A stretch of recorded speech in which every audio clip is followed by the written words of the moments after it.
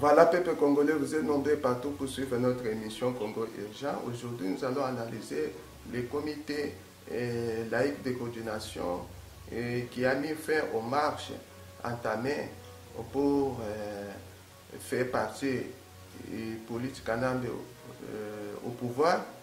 Les opinions sont diverses à cette marche. L'objectif poursuivi par la SENCO dans cette marche était de réclamer l'application de l'accord Saint-Severge. Et selon la population, cette marche avait pour vision de faire partie politique Kanambe du pouvoir. Le délai de cet accord de la SENCO qu'il demande d'application avait pour durée d'une année et est déjà expiré. Et tout le monde maintenant se trouve dans l'état illégitime.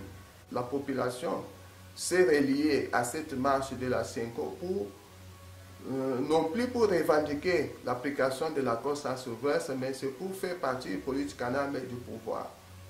Et maintenant, la SENCO a pris la décision de faire arrêt aux marches et quelle sera sa nouvelle stratégie. Compte tenu de cela, tout appui populaire est sur le cardinal Mosengo de mener une transition et pouvoir ouvrir le chemin vers les élections. Et maintenant, nous voudrons que le cardinal Mosengo se prononce et c'est l'unique sortie vers les chaos qui traversent notre pays. Que le cardinal Mosengo puisse prendre les choses en main et mener à bon portant cette transition pouvant ouvrir les chemins vers les élections.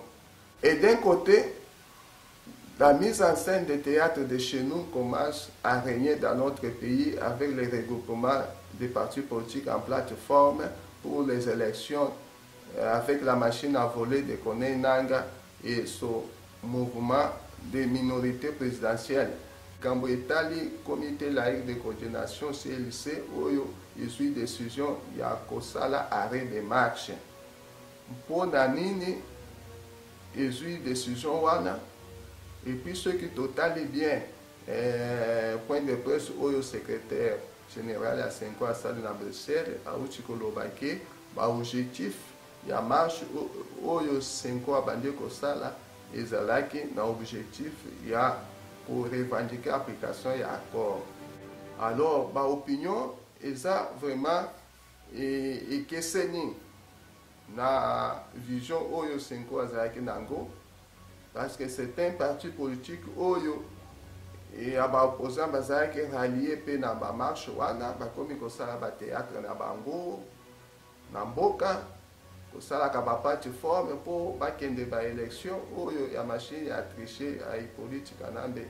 Oyo Corneille Nangaa azosalela wana biso toza kona te na ngonga oyo biso tozozela transition oyo cardinal Mosengo akosala nde oyo ekomema biso na élection mpona etalisa biso et rétablir d'abord l'état congolais ezala et puis et soutenir l'action oyo ya malamu ekomema biso na élection parce que comité laïque de coordination euti kozwa décision ya kosala arrêt de marche.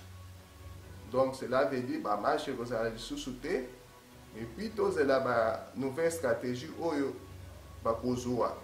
Mais selon biso awa na diaspora tozwaki décision et décision déjà ils ont amené Kikala il y a soutenir cardinal Mosengo pour na amema biso na transition azwa vraiment transition na maboko oyo ekofungola biso nzela pona ba élection oyo ekozala confiable ezala ba machine oyo a voler a Corneille Nangaa na ba mouvement na bango ya minorité présidentielle ya ba médiocre oyo ezo kozwa biso en otage.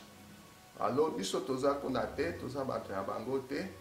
Alors décision na maboko na biso si cardinal Mosengo azwa liloba a se prononcer pour transition et salama na mboka na biso et katama solo pour emema biso na ba élection ya vrai oyo ekozala ba machine à voler ya konenanga te komi koaccuse Moïse Katumbi ki aza étranger alors biso na bango na Moïse Katumbi na politique nambe biso toza kuna te toyebi na biso ke bazalaka bakongolais te alors bango moko bakomi koswana entre bango parce que bakomi kozwa ke Moïse Katumbi a remplir bacondition te mutu na bango oyo politique nambe ti lelo peuple ayebi na ye ki azala congolais te bon bango moko baswana babundana alors biso tokoyeba na bango na baoyo bakosaka biso depuis longtemps bazalaka bango bakongolais te yango wana vraiment lisolo ekobima wana tika bango baswana quand des éléphants se battent ce sont les œuvres qui en bâtissent secret ekobima wana comprendre